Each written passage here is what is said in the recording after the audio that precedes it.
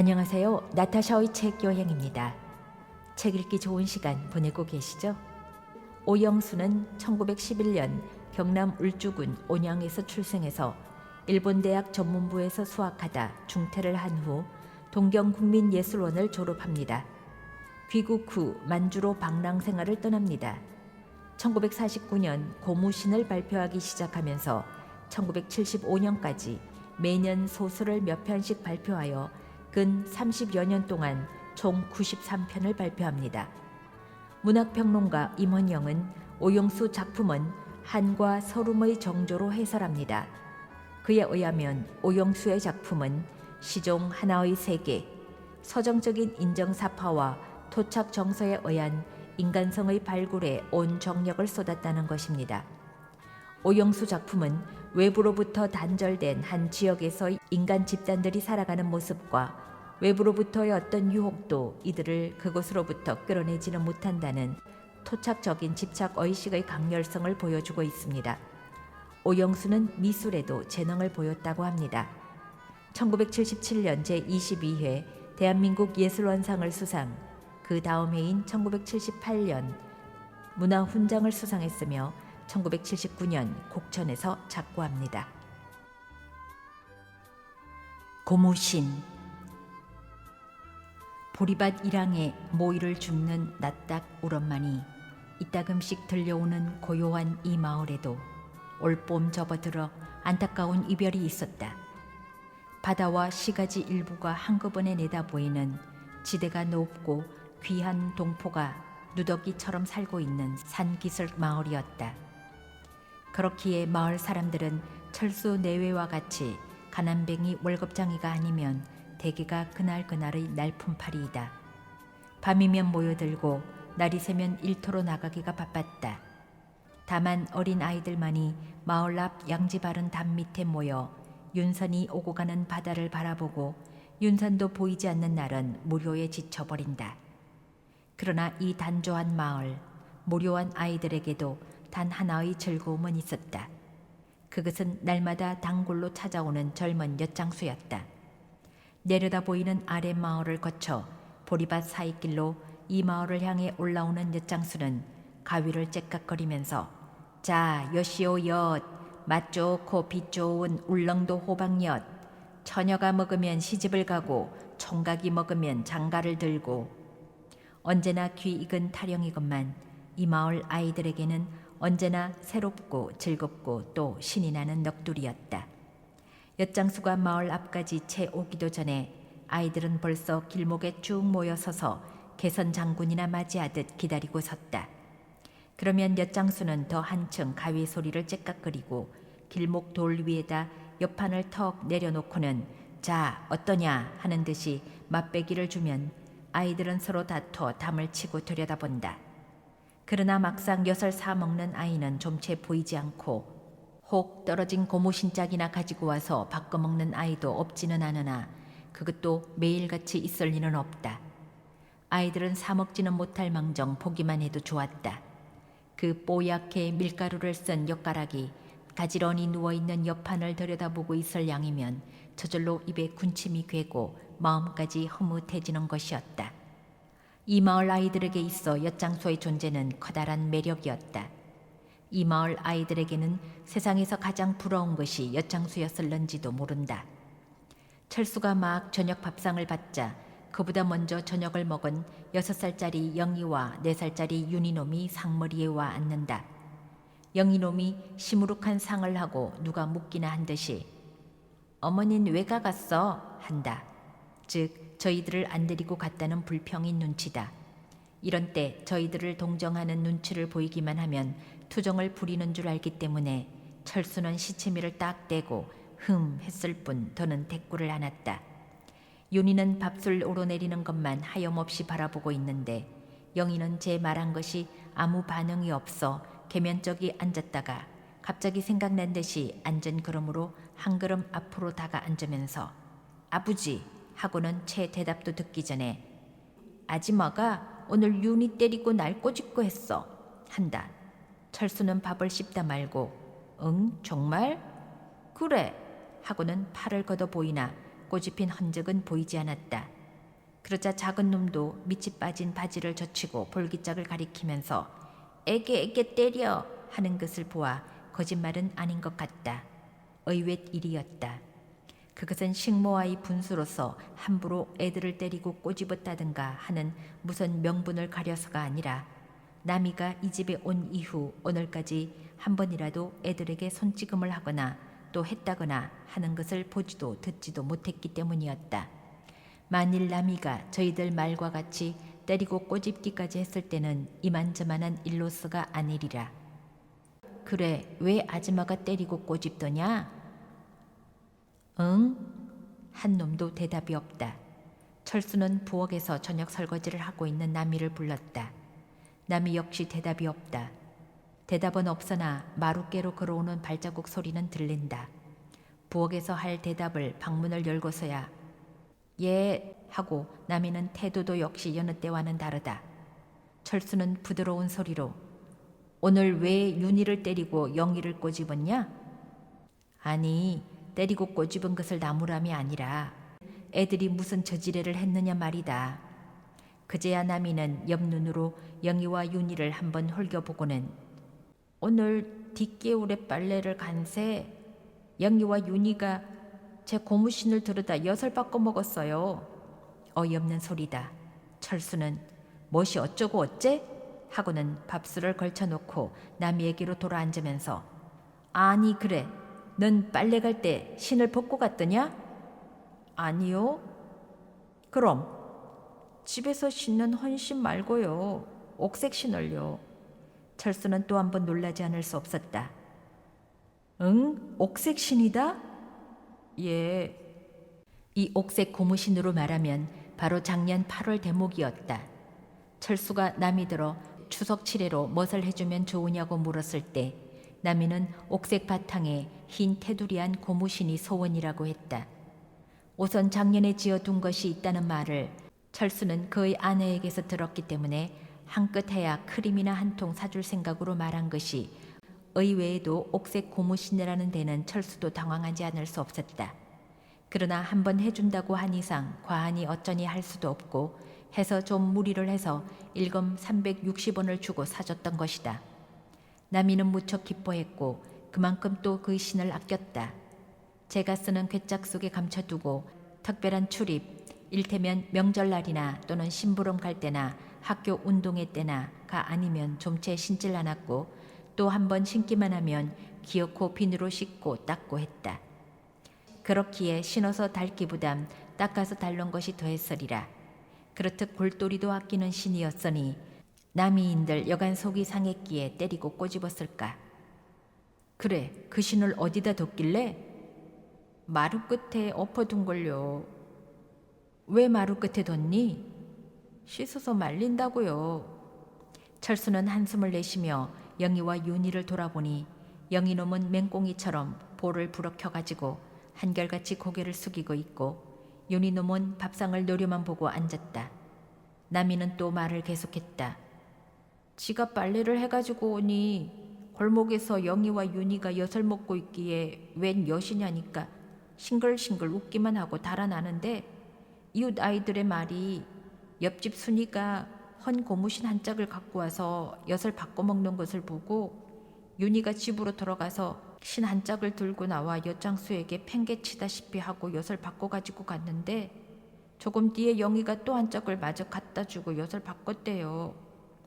남이가 말을 마치자마자 영희는 눈을 해뚝거리면서 지가 와, 그래 좀 안 주노 와 하는 것은 윤희가 엿을 바꿔 나눠 먹지 않기에 저도 그랬다는 뜻이다. 이러는 동안 윤희는 밥상에 얹은 계란부침을 먹어버렸다. 그래, 그 엿장수는 어느 놈인데? 매일 단골로 오는 머리 듭수룩하고 젊은 총각놈 말이지? 철수는 밥상을 내밀었다. 남이는 남이대로 이놈의 엿장수 오기만 와봐라 고 벼르면서 밥상을 내갔다. 영희놈도 슬며시 일어나서 윤희 옆에 가서 잘 작정을 한다. 부엌에서는 남이가 엿장수에 대한 안가품을 하는 셈인지 솥전에 바가지 닭떡 끓이는 소리가 요란하다. 철수는 예 남아 신을 도로 찾아주든지 아니면 새로 사주든지 할 테니 바가지 너무 닥들이지 말고 그릇 조심해라. 그리고는 담배를 붙여 물었다. 그러나 세상이 도둑판이고 따라서 요즘 엿장수란 엿파는 빙자로 빈집을 노려 요강, 대야 훔쳐가기가 예사고 심지어는 빨래까지 걷어가는 판인데 신으로 말하면 도둑질에 간 것도 아닌 이상 그놈을 잡고 힐난을 한 대자 쉽사리 찾아질 것 같지도 않았다. 영리와 윤희는 어느새 잠이 들었다. 웃옷을 벗기고 베개를 베어주고 철수도 옷을 갈아 자리에 누웠다. 밖은 물기 먹은 초여럴 달이 희붓한데 남이는 설거지를 마쳤는지 부엌은 조용하다. 어디서 아낙네들의 웃음소리가 먼 듯 가까운 듯 들려오고 밤은 간지럽게 깊어갔다. 남이가 세숫대야에 걸레랑 헌 양말이랑 담아 옆에 끼고 막 대문 밖을 나서는데 엿장수의 가위 소리가 들려왔다. 엿장수는 마을 중턱 보리밭 사이길을 올라오고 있었다. 남이는 대문 설주에 몸을 붙이고 엿장수를 기다렸다. 엿장수는 마을 앞에 오자 한층 더 목청을 높여 자 떨어진 고무신이나 백철 부서진 거나 삼배 속고 떨어진 거나 째깍째깍.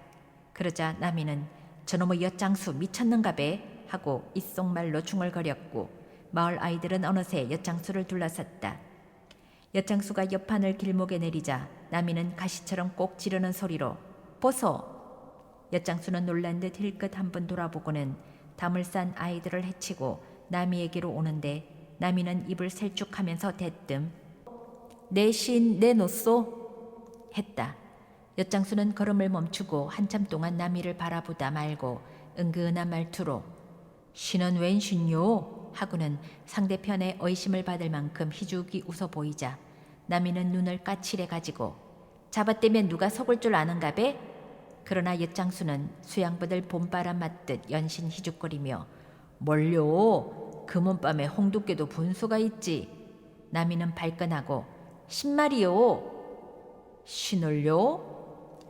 어제 우리 집 아이들을 깨어간 옥색 고무신 말요. 엿장수는 머리를 벅벅 긁으며 꾀기는 누가 하고는 한 걸음 앞으로 다가서서 길 아래 위를 살핀 다음 낮은 소리로 그 신이 당신 신이던교? 누구 신이든 내놔요 빨리.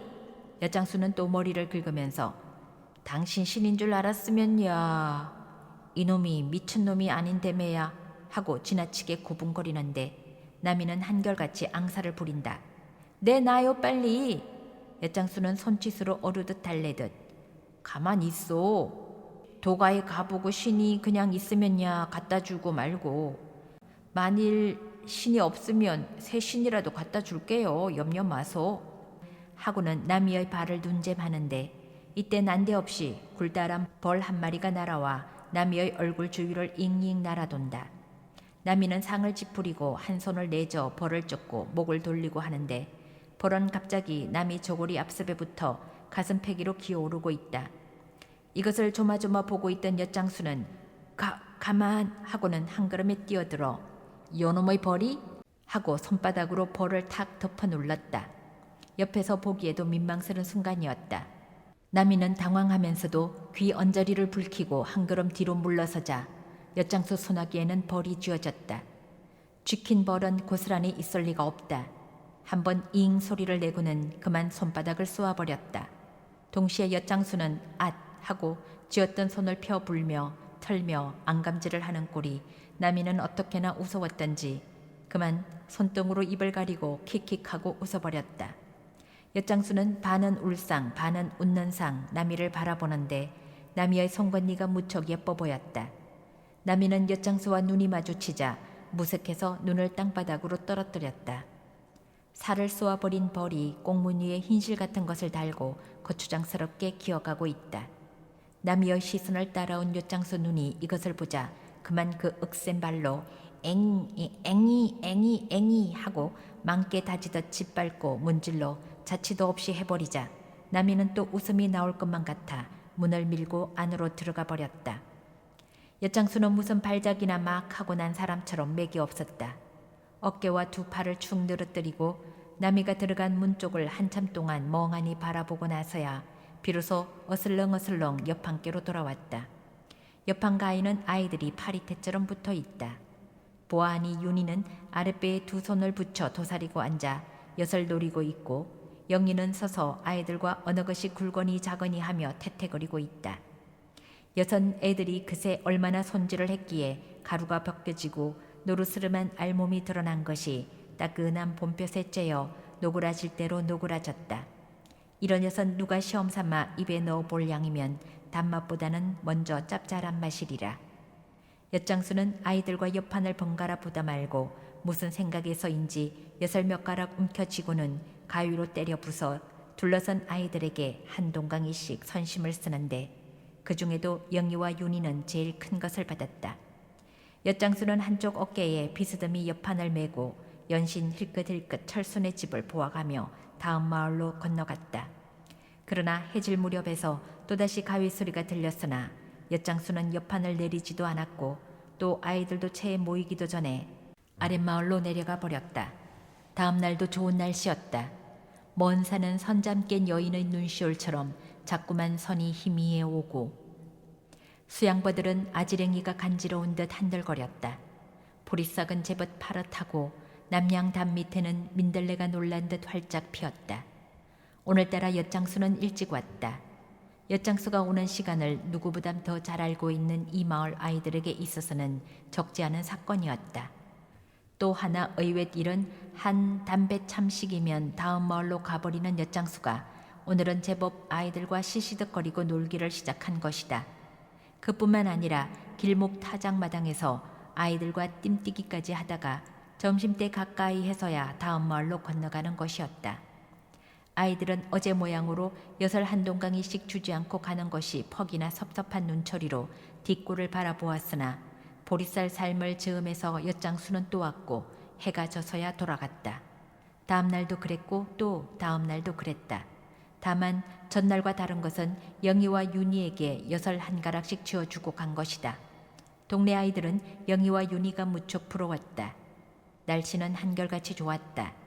산기슭 잔디 언덕에는 쑥싹을 캐는 소녀들의 색낡은 분홍 치마가 애틋하게 정다워 보이고 개울가에는 냉이랑 독새랑 엿기랑 미나리랑 싹이 뾰족뾰족 돋아났다. 엿장수는 한결같이 왔고 와서는 갈 줄을 몰랐다.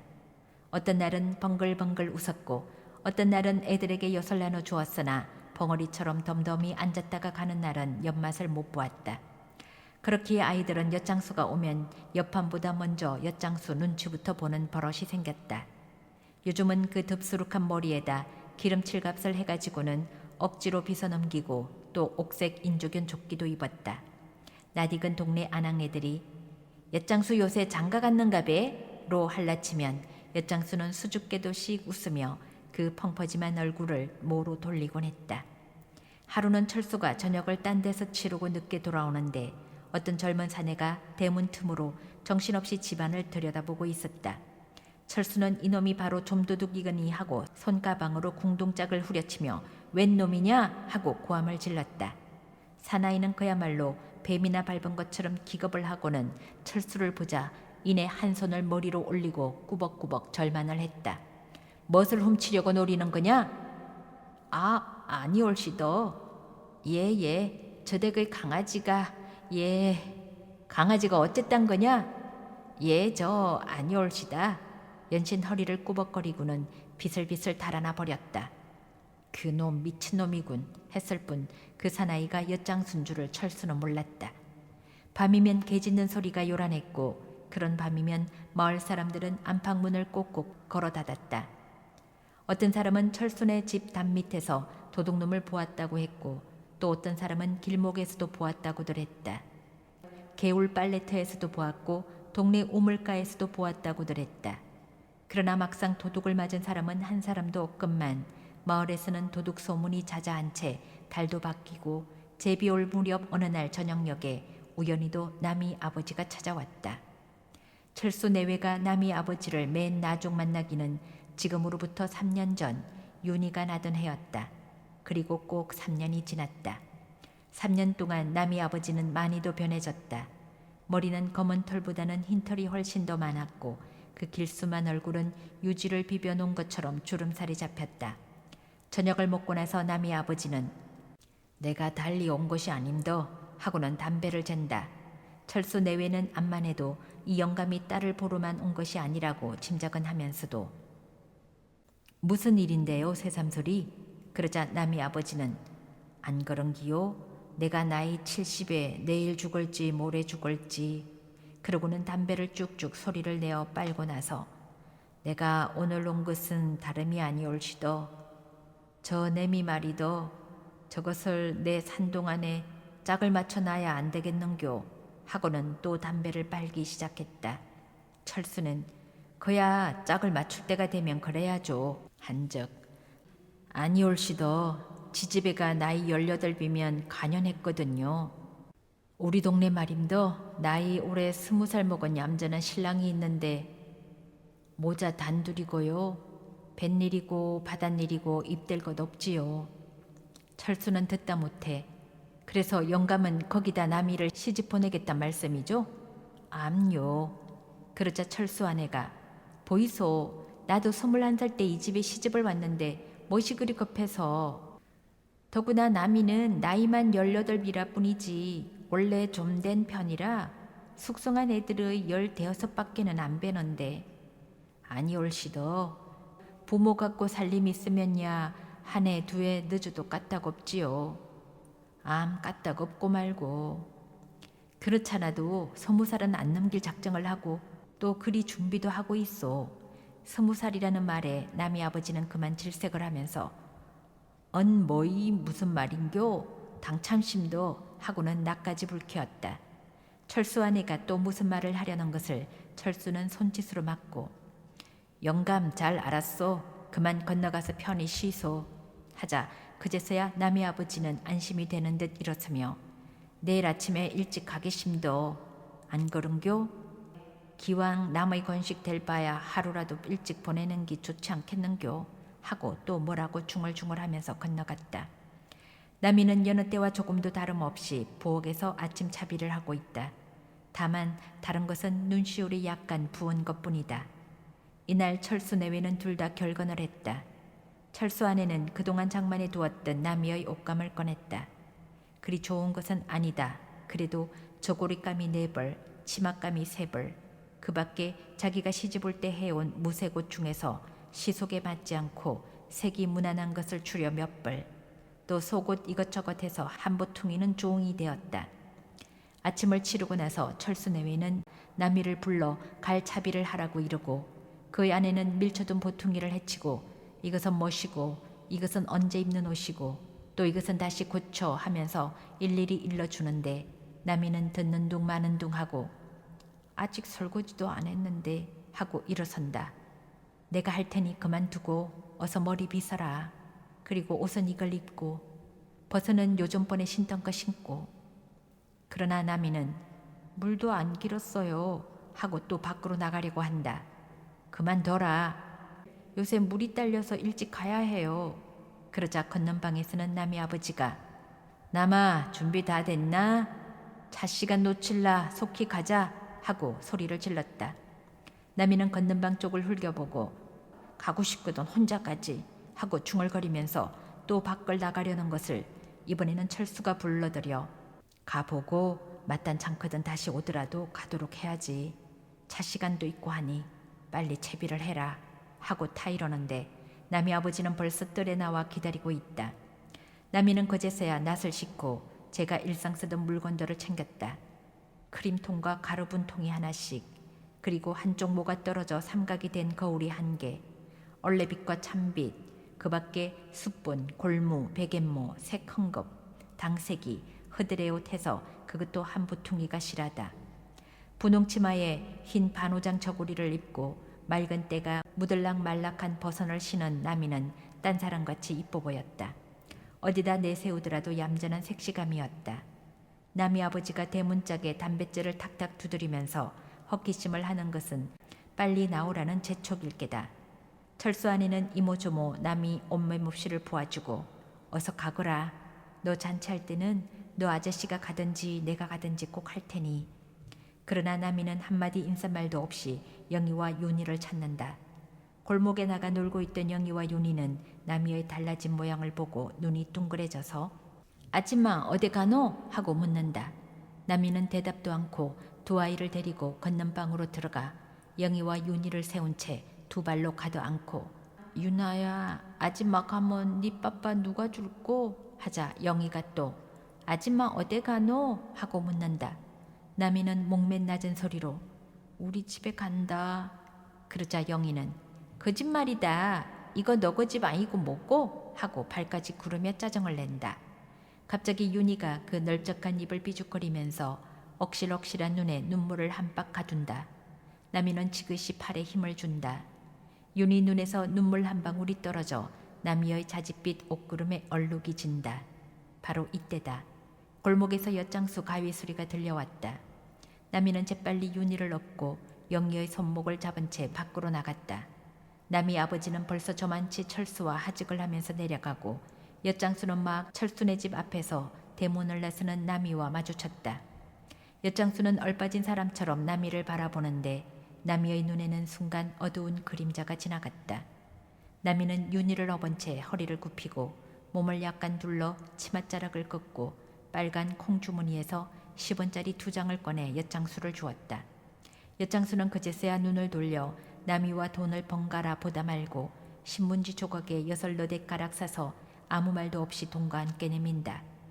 나미는 약간 망설이다가 역시 아무 말도 없이 한 손으로 받아 가지고는 영희를 앞세우고 안으로 들어왔다.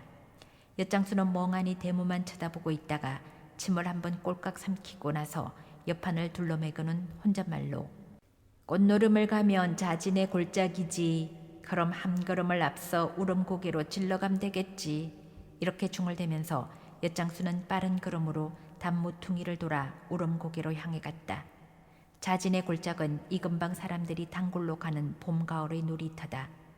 나미는 그 엿장수에게 받은 엿을 영희에게 둘, 윤희에게 둘 각각 손에 쥐어주고서도 한 동강이 잘라 입에 넣고는 손수건으로 윤희 눈물 자국과 영희 코밑을 닦아주고서야 보통이를 들고 일어섰다.